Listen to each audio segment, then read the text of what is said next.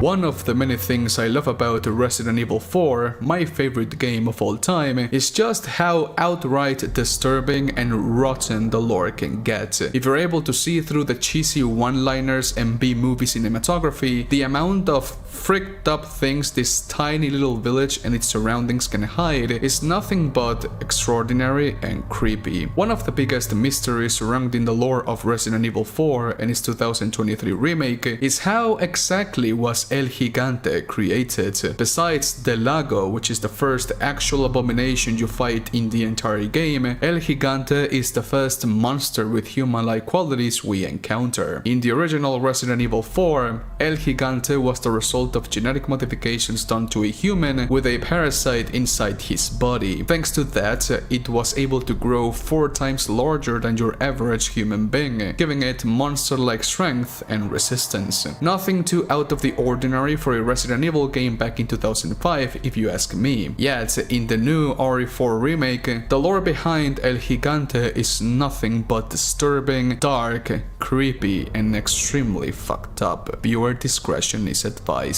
If you like the lore of RE4 remake, leave a huge like on this video and subscribe if you haven't already. Let's begin. My forasteros, this video is sponsored by Gamersubs and its new raspberry flavor. For every tub you purchase, you'll get a sticker pack for free. They are wonderful. So be sure to use code MIDNIGHT to get a 10% discount on your purchase. Thank you for the support and I really hope you enjoy.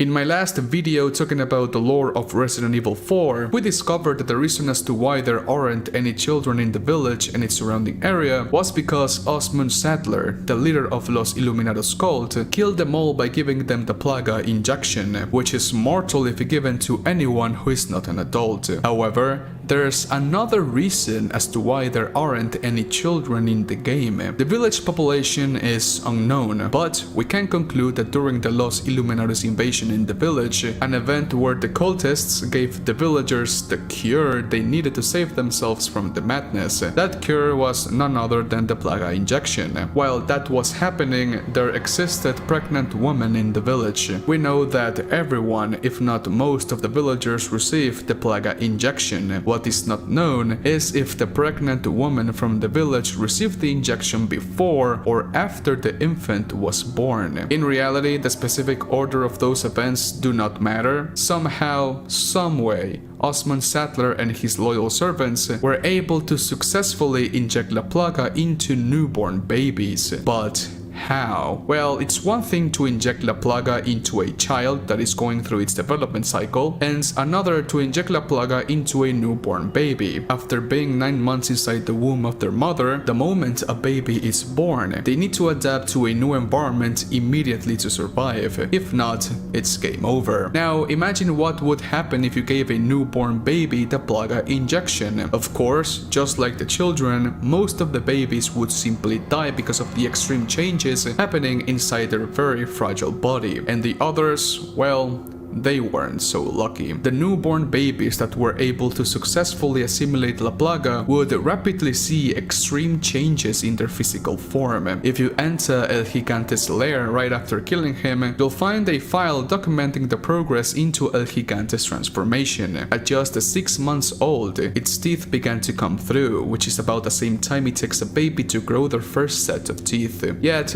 this was no baby. At just 6 months old, it was already able to swallow a dug whole. At 9 months old, it already towered over the average villager's height, which is about 1.75 meters tall. Imagine a baby with baby-like qualities being that tall.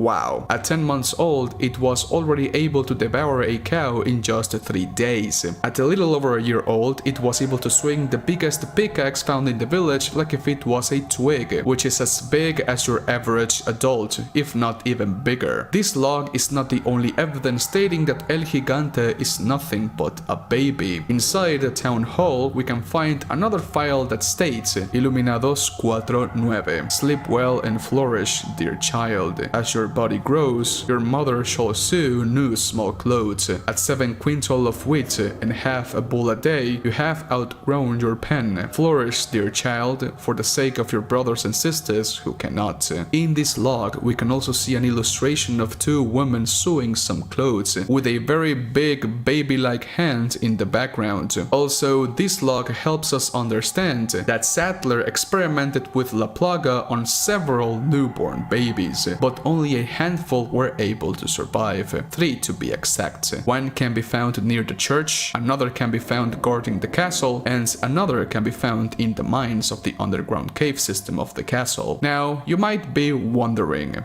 why? Why go through all of this trouble, Sattler? These abominations of inhuman nature are nothing but a hindrance. They aren't able to distinguish friend from foe. They attack and devour whatever crosses their path, even if it's another plaga. One of the many reasons as to why the village looks the way it is, unmaintained, run down, and struck with famine, is because 1. Ever since the villagers were infected and taken control by La Plaga, they are now unable to do complex tasks, and as stated in one of the logs, they are unable to work the fields, breathe their fish farm, and grow more cattle. Thanks to that, a ton of villagers starved to death. Yet, the main reason as to why the village was struck with an endless wave of famine and starvation was all thanks to El Gigante. This monster was able to eat a full cow in just 3 days when it was but a baby, when it wasn't as big compared to now. You can say that the reason there's a ton of bird traps found through the entire village is mainly because the villagers hunt down the dogs and wolves that surround the area to give them to El Gigante. Now, you might be wondering, why keep this monstrosity alive? If it's not meant to be a weapon, what is its purpose? The reason as to why Sattler has gone through all of this trouble with Los Gigantes is because he's using them as his own power machines to dig and mine the plagas found in the deposits of amber beneath the underground caves of the castle. Have you ever wondered why there are ganados,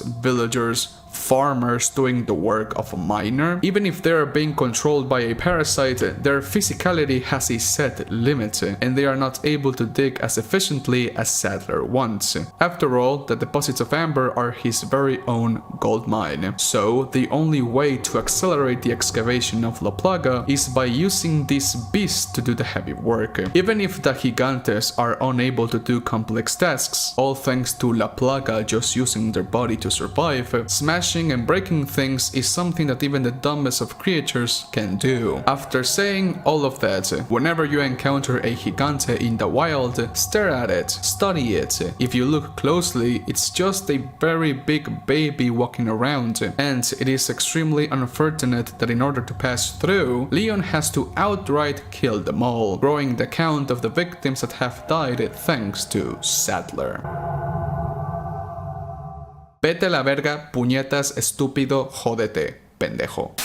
Hello Spartans, thank you so much for watching this video. If you liked it, be sure to leave a huge like and a comment for the algorithm gods. That would help the channel out tremendously, and it will help boost this video to even greater heights. Also, do not forget to use code MIDNIGHT on GamerSubs as well, and subscribe for more RE4 Remake content. Have an awesome Friday my friends, stay safe, adios, bye.